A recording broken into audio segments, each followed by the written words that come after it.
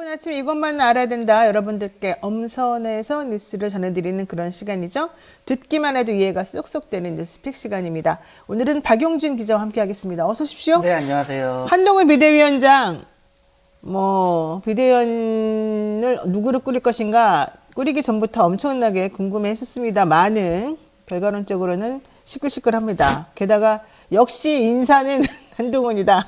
이런 얘기 나올 정도로 지금 인사가 엉망이다 이런 얘기 나왔는데요. 자, 인사 검증 실패 한동훈 이렇게 또 공식이 성립되기도 한다 이런 얘기도 나옵니다. 무슨 얘기죠? 네, 한동훈 비대위원장은 인사검증과 연관성이 깊습니다. 미국 FBI까지 연수를 다녀와서 법무부의 인사검증 시스템을 만든 장부원인입니다. 하지만 장관 시절에 이어 정치인 한동훈의 방향성을 보여줄 수 있는 비대위원 구성도 인사 참사라는 호평까지 받고 있습니다.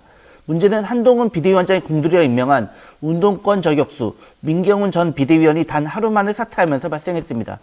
민경훈 전 비대위원은 과거 학생운동에서 전향한 후 운동권 정치 청산을 주장했습니다. 비대위원 발표 당시 가장 힘주어서 소개한 인물이기도 합니다. 민경훈 전 비대위원은 지난해 10월 한 토크 콘서트에서 지금 가장 최대의 비극은 노인네들이 너무 오래 산다는 것이다. 빨리빨리 돌아가셔야 이렇게 말했습니다. 여야 정치권에서 노인 비하 발언이 문제된 적이 있지만 그 어떤 때보다 고약한 수준입니다. 한동훈 위원장은 비대위 출범식에서 우리 당은 어르신을 공경하는 정당이라고 했는데 이 발언이 통째로 무색해지게 됐습니다. 민경우 전 비대위원은 이 발언 말고도 과거 유튜브에서 일제시대를 경험한 아버지나 어머니는 일본에 대해 나쁜 감정을 갖고 있지 않다라고 발언을 하며 식민지 근대화론을 옹호했다는 비판도 받습니다. 처음엔 당에서도 민경우 지키기에 나섰지만 문제가 커지자 결국 비대위원 사태로 꼬리 자르기를 했습니다. 한동훈 위원장은 뒤늦게 동의하지 않는 발언이라며 내일 대한노인회를 찾아 사과할 예정입니다. 네. 그런데 민경우 씨는 이런 발언만 한 것도 아니에요. 이태원 참사에 대해서도 개긴다. 이태원 유가족들이 개긴다. 전장현이 개긴다. 이런 말을 했던 사람이에요. 무슨 가치관을 가지고 사는지 말 한마디로 다 이해할 수 있을 정도인데 일제시대를 경험한 아버지나 어머니는 일본에 대해 나쁜 감정을 갖고 있지 않다. 참, 노인은 빨리 죽어야 된다. 이런 말을 부모님이 계시는지 모르겠지만 정말 있을 수 없는 말들을 하고 있습니다. 한동훈 비대위원장은 왜 이렇게 인사를 잘 못하죠? 이 사람 말고도 또 있지 않습니까? 지금 박은식 비대위원이 또 문제가 되고 있습니다. 예, 전쟁에서 지면 집단 기억.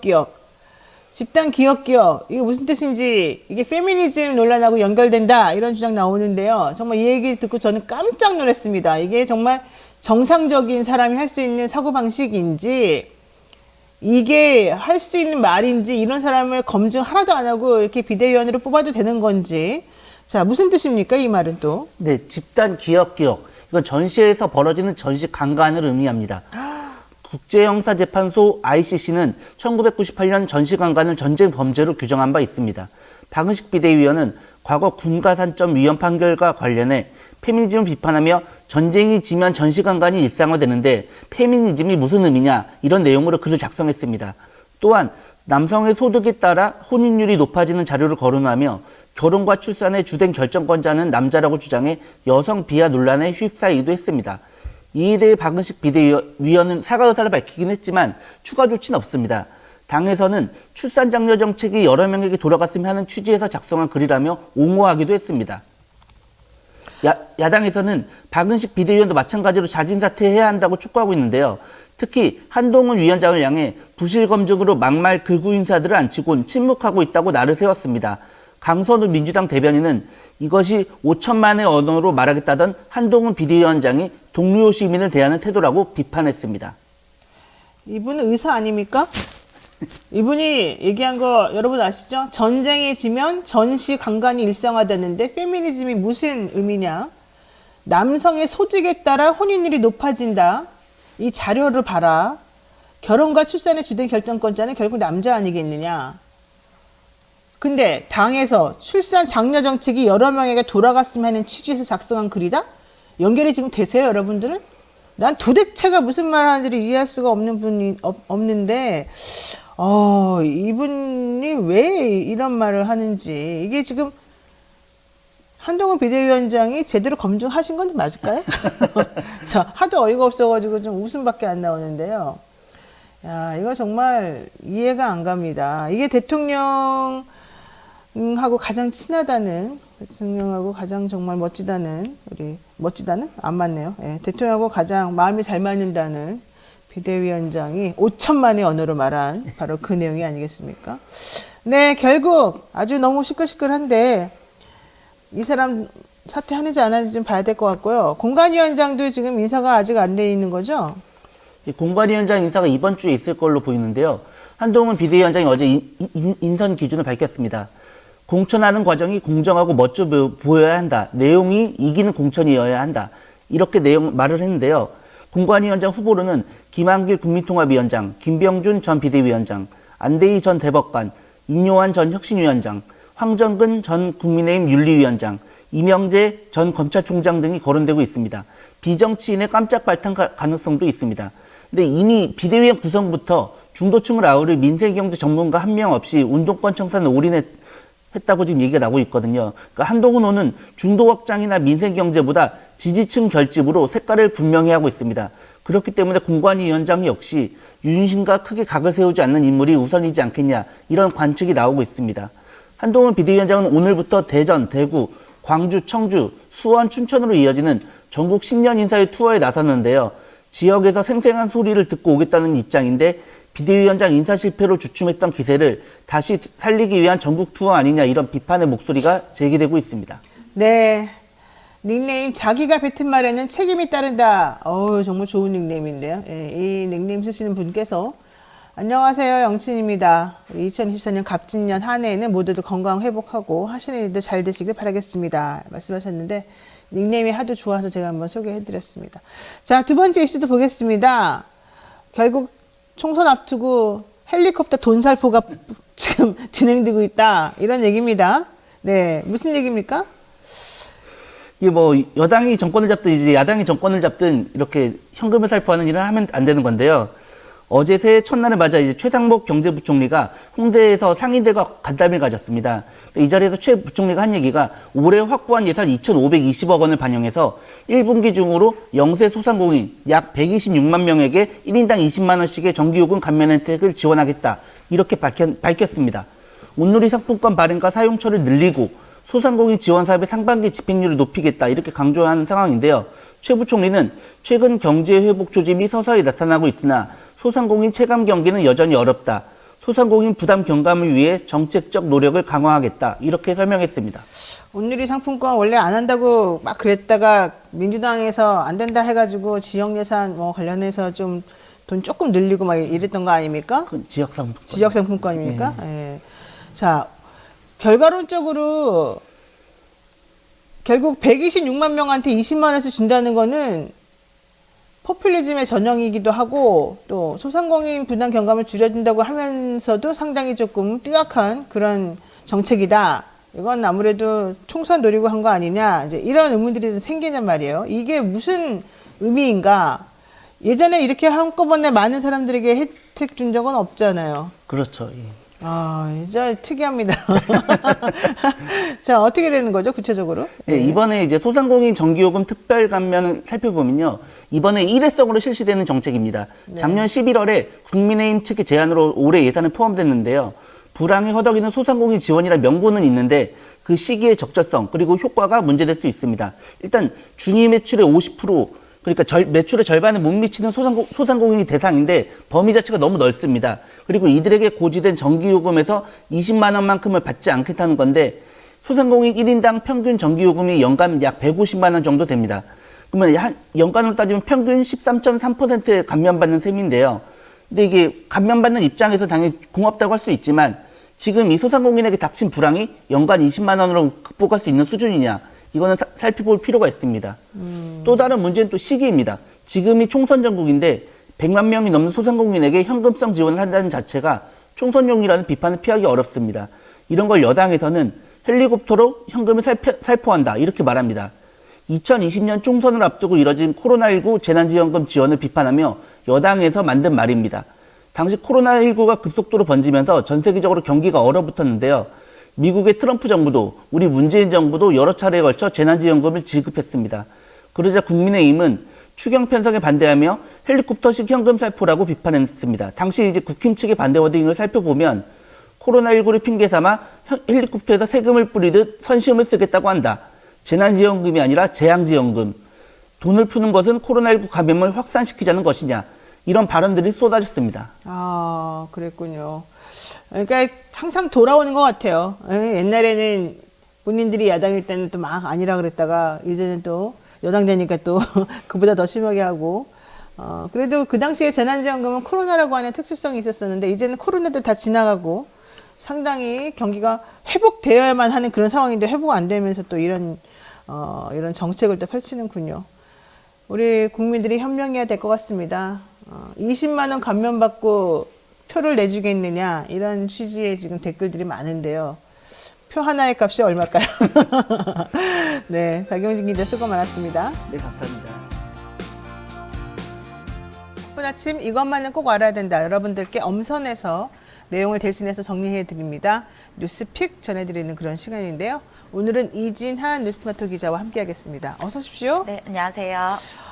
이재명 대표 피습 사건 너무 우리를 깜짝 놀라게 만들었습니다. 그리고 중환자실로, 그러니까 수술 한 2시간 정도 수술한 다음에 혈관을 잇는 수술이었다고 얘기를 들었는데 어제는 중환자실로 옮겨져 있었다가 조금 회복이 되어서 일반 병실로 어제는 옮겨진 것으로 얘기가 되고 있고요. 뭐 당초 어떤 언론에서는 1cm 열상이다 뭐 이런 얘기 나왔는데 그게 아니라 한 2cm 정도 되는 자상이다. 그러니까 칼로 이렇게 난 상처 이런 걸 말하나 보죠. 네. 그런 얘기들이 좀 있었던 것 같아요. 자, 우선 이재명 대표가 중환자실에서 어제 일반 병실로 옮겨서 회복 치료를 이어가고 있는데 면회는 금지되고 있고 가족 이외에는 열상이 아니라 자상이라고 조금 정정이 되고 있고 상당히 조금 경하게 대표에 대한 상황을 설명하려던 그런 언론들이 좀 무색해지는 그런 상황이었던 것 같습니다. 네, 어제 이재명 대표가 오후 5시쯤 일반 병동으로 옮겨져서 민주당이 이제 그 내용을 직접 밝혔는데요. 일단 브리핑 내용을 조금 살펴보면요. 뇌경정맥 둘레 60%가 손상된 심각한 부상이라고 말을 했습니다. 또 이제 그 의무 기록에 따르면은 초기 매우 위중한 상태에 놓였었고 천운이 목숨을 살렸다 해도 과언이 아니다 이렇게 이야기를 또 전했는데요. 또 이전에 단식 후에 많은 양의 출혈이 발생한 것이라고 중요 장기에 대한 후유증이 우려돼 향후 예후 관찰이 더 필요한 상황이라는 전문가의 의견도 있었습니다. 또 피습 직후에 소방당국이 이 열상이라고 나왔던 것은 소방당국이 이 대표의 목 부위에 1.5cm가량 열상, 그러니까 피부가 찢어져서 생긴 상처라고 추정된다라고 썼던 그 내용을 부산일보나 그 당시에 그 취재 갔던 언론에서 이렇게 보도하면서 열상으로 보도가 됐었는데 어제 브리핑에서는 열상이 아닌 자상, 칼 따위로 찢어서 상처가 난 것이라고 다시 정정을 했습니다. 그러면서 어제 오전에 열렸던 민주당 긴급의총에서도 후속 대응이나 이런 것들을 마련하고 이런 자상인데 열상이라고 보도했던 언론이나 또 이제 뭐 젓가락으로 찔렀다 이거 자작극 아니냐 이렇게 했던 그런 유튜브 이런 보수적인 유튜브들에 대해서 가짜 뉴스에 2차 테러다 이렇게 규정을 하면서 법적 대응에 예고를 했습니다. 뇌경정맥 둘레 60%가 손상이 됐고 매우 심각한 부상이었다. 혈전이 많이 나왔기 때문에 특히 어떤 식으로 상황이 변화될지 모르는 그런 위급한 상황이었다. 흉쇄 유돌근 곳곳에 혈종 덩어리가 존재했다. 심각한 부상이었다. 이제 이렇게 얘기가 되고 있습니다. 혈전이 자꾸 많이 나왔다라고 하는 이유에 대해서도 그 전에 아마 단식하면서 몸이 매우 세역해진 상태에서 이 혈전이라고 하는 게 결국 피 덩어리가 아니겠습니까? 네. 이게 제대로 순환이 되지 않고 피 덩어리 형태로 몸에 있다가 이게 또 순환되는 거죠. 혈관 따라서. 그렇게 되면 어디에서 어떻게 정착돼서 어떻게 문제가 발생할지 모르기 때문에 위험하다는 거였는데 이제 혈전이 많이 나왔기 때문에 아마도 당시에 지혈하는 과정에서 좀 힘들어서 이런 일이 또 벌어진 거 아니냐 이런 얘기도 있었습니다. 어쨌든 중요한 건 초기 매우 위중한 상태였는데 천운이 목숨을 살렸다. 이 말이 딱 맞는 말인 것 같고요. 네. 마찬가지로 민주당에서 지적한 것처럼 축소해서 보도하려고 하는 그런 의도적인 태도 이런 것들은 좀 지양돼야 되는 거 아닌가 생각하는데요. 문제는 문제라고 할 것까지는 없지만 특이한 점은 어제 병상 브리핑을 왜 민주당 당원이 했죠? 브리핑은 주치의가 하는 게 아닌가요? 네, 원래 주치의가 하는 것이 원칙이고 지난번에 있었던 박근혜 전 대표 그때 당시 이제 새누리당 대표였던 분의 피습 때도 주치의가 브리핑을 했었는데 어제 이 대표 관련 브리핑을 한 사람은 총선을 앞두고 영입 인재 5호이자 흉부외과 전문의 출신 강청희 전 대한의사협회 상근 부회장이 맡았는데요. 일단 서울대병원에서는 전날 오후 5시쯤 브리핑을 예고를 했지만 1시간 한 30분 뒤에 돌연 취소를 공지했습니다. 여기에 대해 강 전 부회장은요, 의학적 판단은 주치의가 브리핑하는 게 맞는데 공개 브리핑이 왜 없어졌는지 이해가 안 된다 이렇게 지적을 했고요. 이와 관련해서 병원 측에서는 취소 사유에 대해서 환자 개인정보가 포함돼 있어 민주당이 브리핑하는 것이 맞다고 판단했다라고 말하는 것 외에는 구체적인 이유를 밝히지 않았지만 일각에서는 이런 얘기를 하고 있습니다. 서울대 병원장은 원래 이제 병원 이사회가 지명 권한을 갖고 있는데 최종적으로는 대통령이 임명하는 것으로 알려져 있거든요. 그래서 이런 것 때문에 부담이 작용한 것이 아니냐 뭐 이런 얘기도 나오고 있습니다. 그러니까 서울대 병원장이 정권 눈치 보느라고 그 야당 대표에 대한 브리핑도 못할 정도라는 거예요? 네, 그런 해석도 나오고 있습니다. 어떻게 생각하십니까? 도대체 이게 상식적으로 말이 안 되는 것 같은데 어쨌든 그래서 그나마 의사죠. 의사 출신인 강청희 영입 인재 이분이 브리핑을 했다는 건데 참 별별 일이 다 있네요. 어쨌든 병원 측에서 뭐 환자 개인정보가 포함되어 있으므로 민주당이 브리핑하는 것이 맞다? 이 말에 저는 동의하지 않은 게 그 전에 수많은 개인정보 포함되어 있어도 다 병원에서 의사 선생님들이 했거든요. 이해가 안 갑니다. 자, 어쨌든 피해자의 상황 그렇고 가해자와 관련해서 수사 상황은 어떻게 진행되고 있습니까? 네, 사건이 있고 난 후에 부산경찰은 수사부장을 본부장으로 총 68명의 규모의 수사본부를 설치해 단 한 점의 의혹도 없이 철저히 수사하겠다고 밝혔는데요.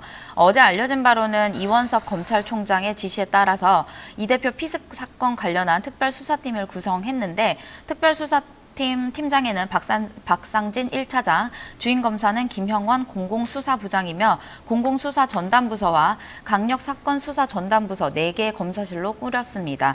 어제 피해자 김 씨는 당적 확인을 위해서 이제 경찰은 국민의힘과 민주당 중앙당사를 비롯해서 김 씨의 주거지와 사무실 등에 대한 압수수색을 진행했고요. 어젯밤 11시 한 8분쯤에는 부산지검 특별수사팀이 김 씨의 살인미수 혐의로 구속영장을 청구했습니다. 검찰은 이 대표 피습 사건과 관련해서 경찰의 구속영장 신청서와 수사 기록을 면밀히 검토한 결과 살인미수 범죄의 중대성, 도망, 증거인멸 염려 등 구속 사유가 인정돼 영장을 청구했다고 설명했고요. 영장 실질 심사는 오늘 오후 2시쯤에 열릴 예정입니다. 특별수사팀의 김영환 공공수사부장 주임검사군요. 우리 연수원 때 같은 반이었는데 물어봐야 되겠습니다. 어쨌든 중요한 거 김씨 주거지와 사무실 등에 대한 압수수색을 진행을 했다는 거죠. 오늘 오후 2시에 영장 실질심사가 열릴 거라고 하는데 더 중요한 거는 그 피의자가 운영했다라고 하는 공인중개사 사무실 앞쪽을 사람들이 많이 지켰대요. 그 앞에, 그러니까 영장이 이제 발부돼서 압수수색하기 전에 하룻밤 정도 시간이 있었잖아요. 그때 그 인근에 살고 있는 당원들이나 이런 사람들이 여기 또 와가지고 무슨 장난칠지 모른다라고 하면서 아무도 무언가 못 가져가도록 밤을 새워서 지켰다라는 얘기가 있는데 그만큼 지금 이 상황 자체가 사실은 심각한 상황인 것 같습니다. 자, 이번 일로 신당 창당을 예고한 이낙연 전 대표 그리고 비명계 구인 원칙과 상식 사람들의 행보 제동이 지금 걸렸습니다. 일단 뭐 이들이 당장 내가 어떻게 나가겠습니다, 말겠습니다 이런 말 할 수 있는 계좌는 아닌 거죠. 네, 아무래도 그런 상황인 것 같습니다. 일단 이낙연 전 대표는 인터뷰를 비롯해 공개 일정을 모두 미뤘고요. 기자회견을 열 것으로 예상됐던 당내 원칙과 상식도 이 대표 피습 이후에 당내 상황을 지켜보는 분위기입니다. 여기서 만약 이낙연 대표 이제 한 얘기가 내가 여기서 이런 얘기를 하면 신당 얘기하거나 분당 얘기하거나 이러면 좀 맞지 않는다 이런 얘기도 했고 또 원칙과 상식은 근데 그것과 별개로 이낙연 대표의 신당하고는 또 거리를 두는 모습이었거든요. 네. 물론 이재명 대표를 압박해서 뭔가를 얻어내려고 한 건 맞았는데 실제 방향성은 좀 달랐던 것으로 보여서 오히려 이번 상황을 계기로 해가지고 좀 시간을 두고 얘기를 좀 해보겠다는 뜻인 것 같습니다. 자, 이 대표가 원래 참석할까 말까 고민했었던 게 바로 2024년 신년 인사회인데 결국 윤석열 대통령의 거부권 행사, 김건희 특검법에 대한 거부권 행사로 인해서 정의당도 지금 불참을 선언했었고 네. 민주당 사람들도 사실은 불참한 상황이 돼버렸습니다. 네. 예. 어제 윤석열 대통령은 청와대 영빈관에서 열린 행사 모두 발언에서 일단 이재명 대표의 또 사건을 언급했는데요. 이런 피습 사건을 테러라고 규정하면서 테러는 자유민주주의의 적이라고 말을 했고요. 테러는 어떤 것이든 간에 피해자에 대한 가해 행위, 범죄 행위를 넘어서서 인간의 자유를 억압하고 자유사회를 지향하는 우리 모두의 적이라고 비판을 했습니다. 그러면서 이제 소통을 강조했는데요. 이날 입원 중인 이 대표 외에 이제 또 정의당 그리고 기본소득당, 진보당 등 원래 야당 지도부가 모두 이제 참석을 하려고 했었지만 김건희 특별법 거부권을 이제 예고를 한 상태라서 그거에 대한 항의 표시로 모두 불참을 했습니다. 그래서 반쪽짜리 소통 행보라는 평도 나오고 있고요. 쌍특검은 오늘 중에 정부로 이송될 예정이라고 합니다. 또 그리고 신년회 자리에서는 김 여사는 역시나 참석하지 않았고요. 그래서 한 19일째 두문불출한 상태입니다. 네, 명품백 수수 의혹 이후에 지금 모습을 감추고 있습니다.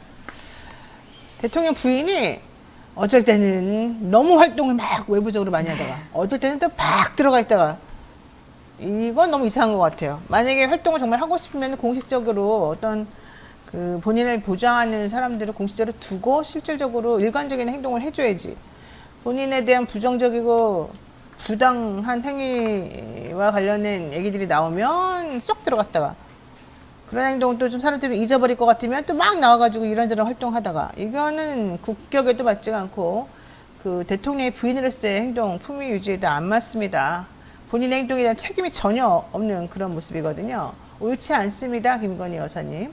차라리 정확하게 해명을 하든지 그게 아니라고 한다면은 앞으로 절대 이런 행동을 발생하지 않도록 뭔가 하든지 아니면 법적 조치를 받을 거는 받든지. 왜냐하면 본인이 대통령이 아니기 때문에 당연히 잘못 생겼으면은 수사받고 처벌받는 게 맞거든요. 아무것도 안 해요. 예. 본인에게 불리하면 들어가 있고 유리한 행동, 유리한 것 같이 느껴지게 되면 막 나와서 활동하고 불리한 거는 또 이제 본인이 막 오버해가지고 활동하다가 사실은 이슈가 발생하는 거잖아요. 이렇게 되면 안 되죠. 예? 옳지 않다. 내가 오늘 계속 하고 싶으면 옳지 않다. 이런 행동은 정말 바람직하지 않다. 이 말 꼭 하고 싶습니다. 자, 두 번째. 또 바람직하지 않은 행동한 사람이 한 명 있습니다. 한동훈 국민의힘 비상대책위원장. 당 인재영입 위원장도 겸임하기로 했다는 거예요. 네. 너무 이분은 하는 게 많은 것 같아요. 네, 그런 것 같습니다. 과로로 쓰러질 것 같아요. 예. 네, 새해부터 광폭 행보를 보인 이제 한동훈 위원장이 2일 대구를 찾아서 생애 첫 건배사를 하면서 총선 승리를 외치기도 했었죠. 이날 사실 이제 이재명 대표가 피습을 당한 상황이라서 사실 이제 건배를 하는 것이 좀 적절치 않다라는 그런 논란도 얘기가 있었는데요. 총선에 있어서 인재 영입은 중요하다라고 했는데 이제 한동훈 장관이 이런 중요 직책을 2개나 맡게 됩니다. 위원장을 비롯해서 인재 영입 위원장까지 겸하게 되는데요. 일각에서는 한동훈빨 공천 물갈이를 본격화하는 게 아니냐라는 전망도 나오고 있습니다. 한 위원장이 직접 외부 인사를 데리고 오면 현역 의원 대상 물갈이가 폭이 좀 더 커질 수밖에 없다라는 그런 해석이 나오고 있습니다. 저는 한동훈 위원장 이러다 본인이 선대위원장도 한다는 거 아니냐 이런 얘기까지 나오는 상황이에요. 지금 한동훈 위원장이 그 전에 공직에 있을 때 인사 본인이 다 모든 걸 주도했는데 결과적으로 그 인사 전부 다 참사로 끝나지 않았습니까? 네. 근데 인재영입위원장을 또 본인이 하겠다? 이거는 도대체 좀 이해가 안 가요. 총선 승리를 외친 것까지 좋은데 일단 제1야당 대표가 피습당한 상황에서 건배사를 첫 건배사 나 원래 이런 거 잘 안 하는데 건배합시다. 네. 이깁시다. 이거 매우 부적절하고 두 번째로 본인이 인재영입위원장을 맡았다는 거는 정말 본인이 가지고 있는 공천권을 가지고 대통령의 의중대로 검핵관 이런 사람들 안 치겠다는 거예요. 그 일례로 하나로 뭐가 있냐면요. 김영선 국민의힘 의원이 있습니다. 이분이 지금 5선이거든요. 이분이 지금 아마 경상남도 창녕 여기 이런 쪽인 것 같아요.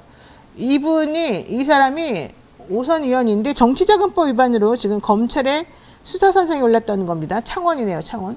창원지검에서 김 의원을 정치자금법 위반 혐의로 수사를 하고 있고 경상남도 선거관리위원회에서 지난해 12월 중순에 창원지검에 이제 고발했습니다. 그런데 이 사람이 지금 몸담고 있는 그 지역구로 나가겠다고 한 사람이 있습니다. 누구냐? 나는 뼛속까지 창원 사람이다. 이렇게 말하면서 현직 검사 김상민 서울중앙지검 형사구부장이 나 총선 나갈 테니 사의하겠습니다. 라면서 사의 표시를 했단 말이에요. 고향인 경남 창원 내려가서 총선 출마 준비하려고 한다. 그 지역에 있는 지역구 5선 국회의원 김영선 의원은 정치자금법 위반으로 수사받게 하고 검사가 그 자리를 들어가려고 지금 사람들에게 나 여기 사람이에요 라고 얘기하고 이거 좀 뭔가 그림이 이상하지 않습니까? 네, 뭐 곳곳에서 많은 검사들이 지금 뭐 사전선거 얘기가 나오고 있는 상황이라서 이런 의심이 좀 되고 있습니다. 그런데 인재영입위원장까지 지금 한동훈 위원장이 지금 도맡아서 한다는 거잖아요? 네.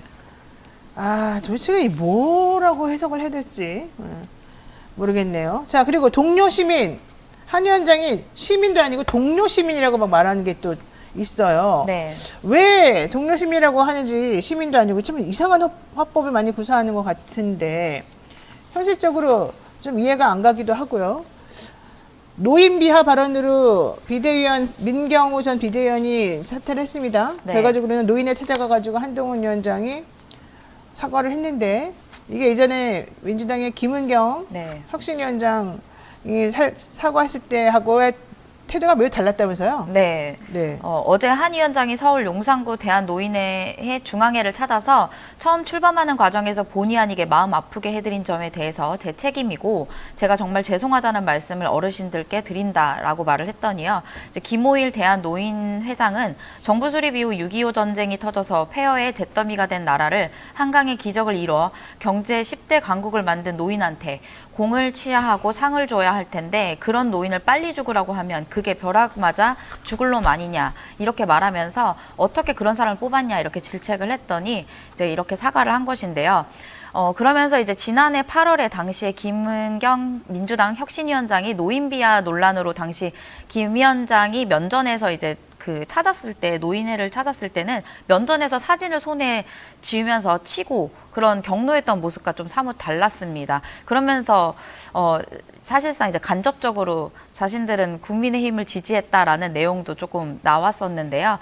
어쨌든 이어서 김 회장은 이재명 씨는 사과하러 온다더니 결국 안 왔는데 한 위원장은 확실히 다르다라면서 국민의힘의 희망이 있겠다고 치켜 세웠습니다.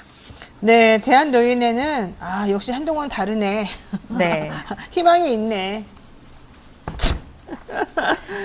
너무 노골적인 것 같아요. 너무 노골적. 그런 반면에 한동훈 위원장은 이 최상병, 그 최상병 국립대전현충원 찾아서 최상병 생일인데 참배라도 좀 해달라라고 한 요청을 또 거절했죠. 네.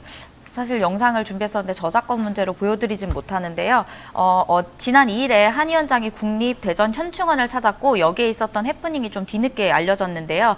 어제 경향신문 단독 보도에 따르면은 최수근 상병의 묘역에 있는 대전현충원에 최상병 사망사고의 진상규명과 박정훈 전 해병대 수사단장의 복직을 촉구하고 있는 정원철 해병대 예비역 전국연대 집행위원장도 이 자리에 참석을 했었습니다. 따로 있었는데요. 네, 이분이 이제 그 한 위원장을 보고서 최상병의 생일을 위해 참배하러 왔는데 이분을 보면서 이제 참배해 달라고 외쳤는데요. 그때 이제 한동훈 위원장을 향해서 최수근 해병의 생일입니다. 참배를 해주고 가십시오. 이렇게 목소리를 높였지만 못 들은 척하고 이제 가는 모습이 포착이 됐었습니다. 그래서 이 내용 관련해서 이제 경향신문과 정 위원장이 인터뷰한 내용에는 안타깝게 목숨을 잃은 청년의 생일을 맞아 여당 비대위원장에게 추모를 부탁하고 싶었다라면서 특검법을 통과시켜달라는 것도 아니고 참배가 무리한 요구라고 생각하진 않는다. 이렇게 전했습니다. 네, 이런 상황에서 한 위원장을 대상으로 협박글을 쓰는 남성도 있었습니다. 근데 이재명 대표에 대한 또 협박도 있었기 때문에 양쪽 지금 정치 지도자들에 대한 협박이 이어지고 있는 것 같은데 어쨌든 한 위원장을 대상으로 협박글을 썼던 남성 긴급 체포됐다면서요, 광주에? 네, 광주에 오면. 네. 네, 어제 광주 강산경찰서가 한 위원장이 광주에 오면 살해하겠다는 취지의 글을 게시한 혐의로 40대 남성 A씨를 긴급 체포했습니다. 경찰에 따르면 해당 글은 2일 9시 40분쯤에 작성됐는데 신고를 받은 경찰은 작성자의 인적 사항을 파악해서 어제 새벽 5시 반쯤 광주 자택에서 A씨를 붙잡았습니다. 경찰은 구체적인 범행 경위를 파악해서 A씨에 대한 신병 처리 방향을 정할 예정이고요. 한 위원장은 오늘 광주 방문 일정을 앞두고 경우를 대폭 강화할 방침이라고 밝혔습니다. 네, 이진아 기자 수고 많으셨습니다. 얼마 전에 그 이재명 당대표실에 한 탄원서가 올라왔어요. 총선을 출마하고 지금 준비하고 있는 이 곽상욱 전 오산시장과 관련된 내용이었는데요. 오늘은 그 뉴스픽 대신에 저희가 특별히 이 내용을 여러분들께 전달하기 위해서 그 담당 기자인 유현석 뉴스마트 법조팀장과 함께 이야기 나눠볼 예정입니다. 기자님 어서 오세요. 안녕하세요. 네, 일단 우리가 경기도 오산 그러면은 안민석 의원이 사실 거기서 터줏대감 역할을 하고 있습니다. 민주당의 오선 중진이시기도 하고 현재 현역이지 않습니까? 예. 여기에 지금 곽상욱 전 오산시장이 지금 출사표를 던진다는 얘기가 있는 건데, 네. 자 어떤 인물인지 제가 지난번에 사실 안민석 의원하고 통화를 했을 때는 나 나갈 거다 이번에 그 얘기를 하셔서 내가 사실 그만 좀 나가세요 이렇게 말하려다가 너 나갈 거야라고 말씀하셔가지고 요번까지 하시나 보는데 그랬는데 여기 또 이 출사표를 던진 사람하고는 좀 이해관계가 상반되는 면이 있는 것 같습니다. 자 일단 곽상욱 전 오산시장 무슨 인물입니까? 민주당 출신으로 2010년부터 2022년까지 12년 동안 오산에서 총 3번의 시장을 역임했고요. 그래서 이제 나름 지역 기반도 탄탄한 분입니다. 2022년 퇴임할 때 워낙 이제 유력한 정치인이다 보니까 올해 총선에 출마할 가능성이 높다는 평가를 받았습니다. 실제로 총선 출사표도 낸 상태고요. 이분이 이제 친명을 자처하는 인물인데 이재명 대표가 경기도지사 시절에 곽 전 시장이 경기도 시장군수협의회 회장으로서 이재명 표 경기도정을 뒷받침하는 역할을 했습니다. 내일 출판 기념회를 여는데 책 제목이 이재명이 설계하고 곽상욱이 실천한다입니다. 계속 이 대표를 언급하면서 이제 자신을 부각하고 있습니다. 그러네요. 이분은 경기도 화성군 오산읍에서 태어났고 오산초등학교, 오산중학교, 그러니까 오산성호초등학교, 오산중학교, 오산고등학교 다 쭉 오산에서 이렇게 네, 오산 토박입니다. 그러네요. 자, 행정학 석사 그리고 박사학위도 단국대학교에서 취득한 것으로 나오는데 내리 3선을 할 정도면은 또 실력도 있나 봅니다. 꽤 좋은 평가를 받아 오셨던 것 같아요. 근데 이제 뭐 종종 잡음도 있었지만 그런 것도 다 딛고 넘어가셨었고요. 네. 자, 근데 뭐가 문제이길래 여기까지 지금 우리가 이 분에 대한 얘기를 끌고 왔는지 보면은요. 이 곽상욱 전 오산시장이 이번에 총선을 준비하면서 결국은 경선이나 이런 걸 할 수밖에 없을 것이고 안민석 의원하고는 조금 반대 입장이 있을 수밖에 없는 건데 유 기자가 보도한 내용을 보니까 이 사람을 민주당에서는 정밀 검증 대상으로 네. 지금 한 것 같아요. 자, 민주당에서 정밀 검증 대상으로 이 곽상욱 전 시장을 한 이유가 도대체 뭐냐. 뭐 성범죄나 음주운전자는 정밀검증 대상인 걸로 알고 있어요. 그렇죠. 그런데 이분이 그런 건가요? 그러니까 민주당이 성문제에 민감한 건 뭐 그런 문제들 때문에 소위 유력 대선 주자들이 쓰러지는 등 곤혹을 그렇죠. 치렀던 경험 예. 때문인데요. 이분도 정밀 검증 대상이 된 건 비슷한 문제입니다. 그 2019년에 있었던 불륜 의혹 때문인데요. 이 여성의 진술을 당시 야당 측인 자유한국당 오산시당에서 폭로하면서 그때 오산 지역에서는 되게 큰 이슈였습니다. 이 여성이 기혼 여성인데 2016년에 곽 전 시장하고 8개월간 불륜 관계였고 남편에게 들켜서 위자료도 못 받고 이혼했다. 그래서 곽 전 시장을 찾아가서 2,860만 원의 돈 봉투를 받았다고 증언을 했습니다. 그리고 생활비 명목으로 6개월간 매달 90만 원씩 계좌이체를 받았다고도 했고요. 당시 곽 전 시장은 이게 이제 왜곡된 음해이자 가짜 뉴스라고 주장했습니다. 그런데 이 여성이 폭로 직후에 한 지역 언론에 불륜 주장은 좀 거짓이었다. 그런 취지의 인터뷰를 하고 돌연 연락처를 바꾸고 좀 잠적을 했어요. 누가요? 여자가요? 예, 여자분이요. 근데 이때 시민단체가 이 여성분과 관련된 문제로 해서 곽 전 시장을 고발을 했는데 이게 검찰에서는 어쨌든 최종 무혐의 처분을 받았고 곽 전 시장은 그래서 자기의 정치적 그런 문제가 해결이 됐다라고 네. 보도자료를 뿌리기도 했습니다. 근데 그렇게 마무리됐던 불륜 의혹이 다시 수면 위로 오른 건 이번에 민주당 중앙당 공직선거 후보자 검증위원회와 당대표실에 탄원서가 접수돼서입니다. 뭐 불륜으로 한 가정을 파탄낸 사람이 정치를 해서는 안 된다 이런 내용입니다. 그런데 지금 이거를 뉴스토마토에서 단독으로 터뜨리면서 굳이 여기까지 아침에 뉴스픽을 밀어버리고 우리 방송에서 이 내용을 우리 애청자들에게 알려주는 이유가 뭘까요? 이분이 이제 사실 그러니까 이 탄원서 내용 때문이라고 저는 이제 생각을 하는데요. 당대표실에 올라온 탄원서. 네. 네. 이게 좀 심각합니다. 그러니까 곽상욱 전 시장 같은 경우는 본인이 이 문제에서 완전히 해결됐다, 벗어났다라고 이야기를 하고 있지만 네. 정작 그 당시 불륜 여성과의 전 남편이었던 이혼하신 분은 전혀 그렇게 생각하지 않고 있어요. 이게 저희가 입수한 이제 탄원서인데요. 네. 이거 잠깐 제가 보여드릴까요? 네, 제가 잠깐 내용을 좀 읽어드리면요. 네. 저는 언제까지 대통령 경호처에서 재직하다가 퇴직한 A입니다. 어. 당시 곽상욱 오산시장과 제 배우자였던 B씨의 불륜으로 인해 이혼을 하는 등 가정이 파탄나는 피해를 겪은 사실이 있어 말씀드리고자 합니다. 저는 2017년 B씨와 이혼했는데 이유는 당시 오산시장이던 곽상욱 씨와 제 배우자 B씨의 불륜 관계가 원인이었습니다. 이런 사실은 B씨와 저와의 수회에 걸친 소송에서 재판부가 판결문으로 인정한 사실입니다. 이 탄원글을 올리는 이유는 민주당 출신으로 오산시장을 3회 12년이나 한 곽상욱 씨가 반성은 하지 않고 오히려 자신이 피해자인 것처럼 말을 하고 다닌다 하여 저런 사람이 과연 정치를 하면 되겠는가 해서입니다. 이게 2023년 12월 15일 작성된 걸로 나오고 수신인은 이재명 당 대표입니다. 그러니까 이 곽상욱 전 시장이 자기는 불륜 아니고 깨끗이 문제가 해결됐다고 주장했으나 사실은 이제 그게 아닌 것으로 지금 의심이 되고 있고 이 와중에 민주당에서 쇄신을 하면서 공천을 좀 깔끔하게 잘 연결해서 새로운 총선에서 바람을 일으키려고 하는 이 분위기를 지금 망가뜨릴 수도 있는 좀 그런 수준이라는 거죠. 네. 그래서 민주당 내에서는 이 문제를 심각하게 받아들이고 보고 있는 와중인데 그러다 보니까 이런 보도를 하는 것 자체가 본인에게 불리하게 작용할 수 있다고 생각해서 네. 우리 뉴스마토의 단독 보도에 대해서 명예훼손이다. 지금 네. 그렇게 상대방이 주장하고 있는 겁니다. 이 곽 전 시장이. 맞습니다. 그래서 우리 보도의 가치는 그런 것이 아니다. 지금 현재 민주당이 특히 불륜이나 이 부정행위 관련된 것 때문에 약간 경기를 일으킬 정도로 거기에 대해서는 엄격하게 검증하는 상황이기 때문에 오히려 그런 측면에서는 검증 대상으로 삼아서 하는 것이 맞다라는 의미에서 이런 보도를 했는데 그걸 가지고 또 문제 삼으니 이제 좀 진실을 알리고 싶다. 뭐 이제 이런 건가 봐요. 네. 아이고 복잡스럽네. 자, 이 탄원서는 근데 믿을 수가 있습니까? 그러면? 일단은 이분 자체가 되게 검증된 분이고요. 신원이 확실하게 곽 전 시장이 아니 그 지금 탄원서를 보내신 전 남편분이 네. 실제로 대통령 경호처에서 재직하셨던 분이고 그러네요. 그리고 저희가 입수한 그 여성분, 그러니까 곽상욱 전 시장과 불륜 여성이었던 관계였던 그분이 변호사 동석하에 공증까지 받은 녹취록이 있습니다. 네. 그 내용을 확인을 해봐도 사실상 불륜 관계는 좀 사실로 의심할 수밖에 없을 만한 정황이 충분합니다. 네. 그렇기 때문에 지금 여기에 대해서 이 탄원서를 보낸 사람이 뭐 아무 근거도 없는 주장을 하고 있는 것은 아니다.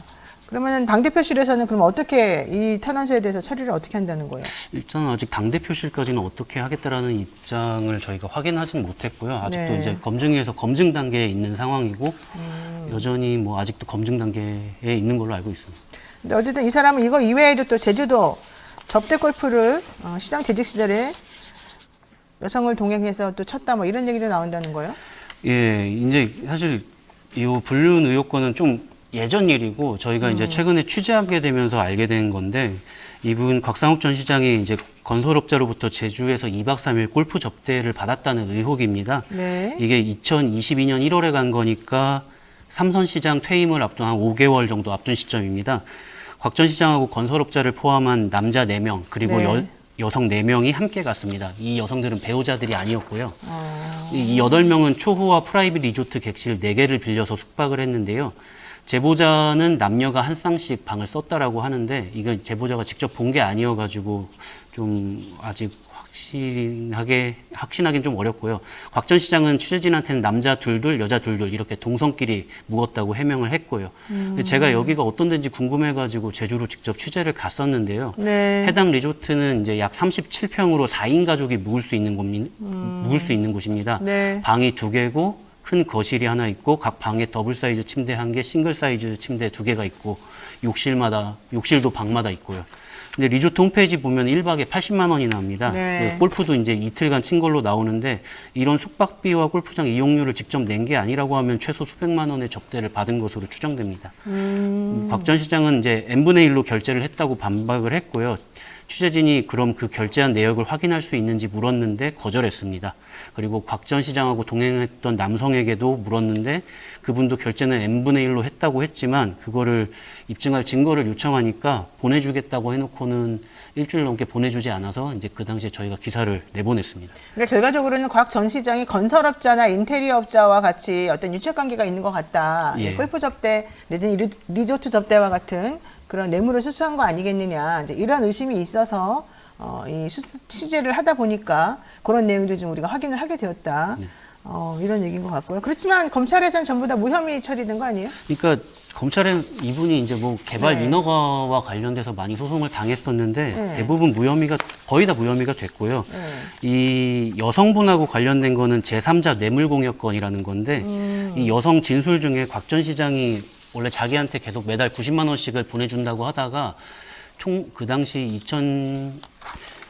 2018년 지방선거 7개월여 앞둔 시점에 자기 친한 후배가 보내주겠다라고 하면서 네. 이체인을 변경을 해요. 그리고 나서 그때부터는 그 후배가 이제 이체를 하게 되는데 이 후배가 뭐 이 여성한테 자주 찾아오고 그다음에 싼 월세집도 알아봐주고 이렇게 잘 챙겨줬대요. 네. 그래서 좋은 사람이구나 싶었는데 이 여성분이 곽 전 시장한테 좀 화가 나는 일이 생겨서 불륜 사실을 폭로를 하려고 결심을 합니다. 근데 그걸 안 곽 전 시장 후배가 이제 쌍욕도 하고 가족들도 가만 안 두겠다고 협박하고 알고 보니 이제 조폭 두목이었고 오산 지역에 땅을 사놨는데 이 땅이 곽 전 시장 임기 안에 개발이 돼야 해서 곽 전 시장 부탁하에 자기를 감시해왔던 거다 이렇게 증언을 해요. 이 내용 때문에 시민단체가 곽 전 시장이 개발사업 인허가와 관련해서 한 업체로부터 청탁을 받고 향응과 함께한 여성에게 돈을 이체하는 방식으로 제3자에게 뇌물 공여를 한 혐의가 있다라는 내용으로 이제 고발을 한 건데 검찰에서는 혐의 없음으로 종결됐습니다.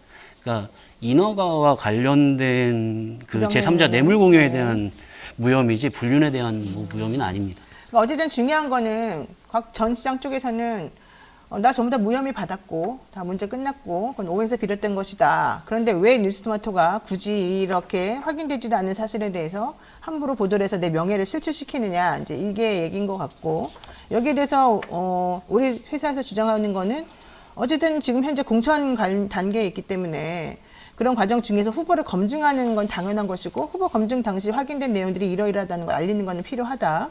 특히 문제는 이런 성비위가 있는 곽상욱과 같은 사람이 친명을 자처하면서 이 대표를 등에 업고 민주당 공천을 노리는 것 자체가 민주당 공천에 대한 여러 가지 말이 나오게끔 만드는 요인이 되기 때문에 그걸 그렇죠. 조심해야 된다. 이제 이런 취지로 얘기하는 건가 봐요. 네, 그건 그런 취지이고요. 그럼 뭐 어쨌든 이분은 계속 사실이 아니다라고 부인을 하고 계시고 저희한테 그러니까 언중에도 제소를 하고 그다음에 명예훼손 허위사실로 인한 명예훼손 혐의로 이제 손해배상 소송도 민사 소송도 저희한테 제기를 형사 했습니다. 고소는 했어요? 우리는? 아니요, 형사 아니고 민사로. 형사는 안 하고 민사만? 네, 네. 그래가지고 일단은 뭐 그렇게 하고 있는데 저희가 어쨌든 이 보도를 하는 이유는 내년 민주당이 내년 총선에서 반드시 승리를 해야 한다라는 되게 큰 의지를 갖고 있고 그 다음에 어쨌든 당 대표를 중심으로 움직이겠다라고 그렇게 얘기를 하고 있는데 네. 근데 이렇게 친명을 자처하는 인물이 오히려 이런 성비위 문제를 가지고 있고 이런 문제가 나중에 더 부각이 되면은 오히려 민주당한테 큰 악재가 될 수 있지 않을까 우려가 되는 거고요.